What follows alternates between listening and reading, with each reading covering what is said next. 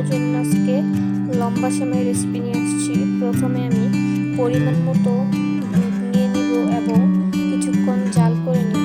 এখন আমি পরিমাণ মতো মশলা দিয়ে ভালোভাবে জাল করে নিব এবং কিছুক্ষণ পর পরিমাণ মতো চিনি দিয়ে জাল করে নিব ভালোভাবে। আমার জাল করে নেওয়া হয়ে গেছে। এখন আমি পরিমাণ মতো লম্বা সেমাই নিয়ে নিব এবং পরিমাণ মতো নারিকেল নিয়ে নিব।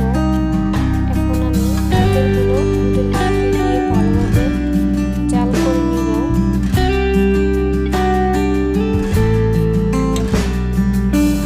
এখন আমি আমার সেমাইগুলো দুধের মধ্যে দিয়ে 5 থেকে 7 মিনিট জাল করে নিব।